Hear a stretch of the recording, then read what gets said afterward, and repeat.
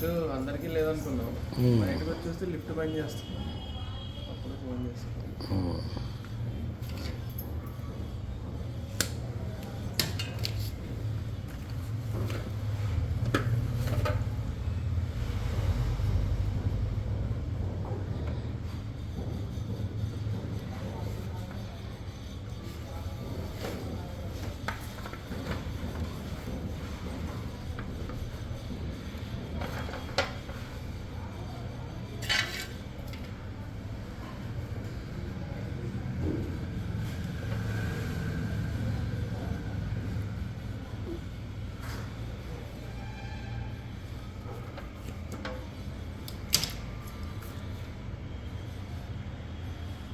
సరిపోయిందా? ఉల్టా అయిందా? ఒకసారి దీనివల్ల పైన కూడా కాలిపోద్ది. అవును, అందు గురించి ఒకసారి చెక్ చేసుకుంటే. ఇంత దారుణంగా జాయింట్ అయింది కదా, పైన కాలిందేమో అని నేను అనుకున్నా. పైన కాదు ప్రాబ్లం, ఇక్కడ దీనివల్ల. ఇంకోటి ఏంటంటే ఇది ఇప్పుడు కాలింది కాదు. అవును, మెల్లిగా కొంచెం కొంచెం కొంచెం కొంచెం కాలుకుంటూ. అవును, ఇప్పుడు మొత్తం పోయింది అంతే.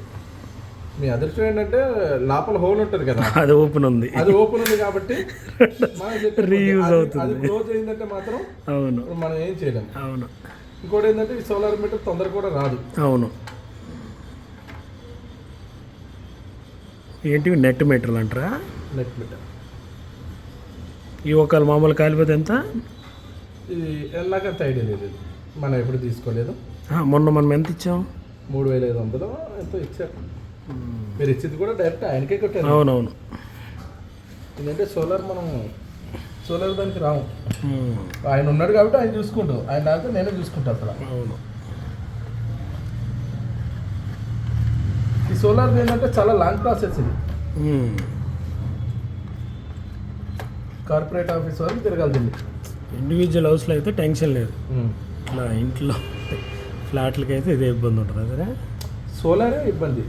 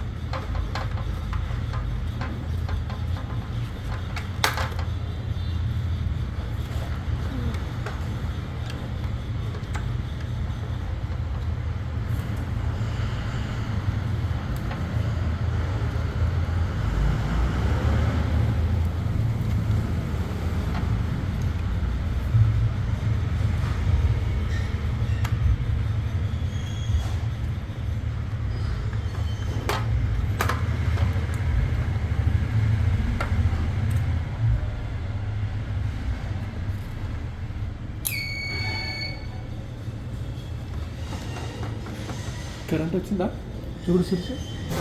మీకు వచ్చిందంట. డిస్ప్లే రావట్లేదు.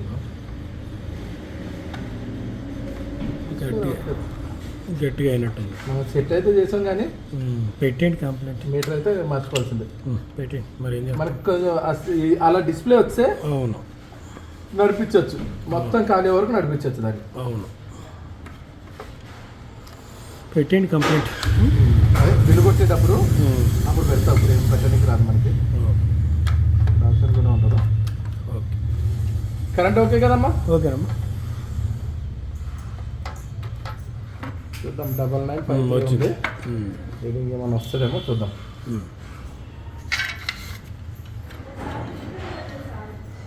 ఏంటంటే ఒక్కొక్కసారి లోపల బల్బు కూడా కాలిపోతూ ఉంటుంది. అవును, ఫిల్మెంట్. అది కూడా ఇప్పుడు మనం మీటర్ స్కాన్ చేసేటప్పుడు స్కాన్ అయింది అంటే మీటర్ బాగున్నట్టు. ఓకే, మార్చే అవసరం లేదు, మనకు స్కాన్ అయితే చాలు. అవును. బిల్లు కొట్టేటప్పుడు చూస్తాను. సరే, ఏంటంటే రీడింగ్ అయితే వస్తుంది. ఓకే.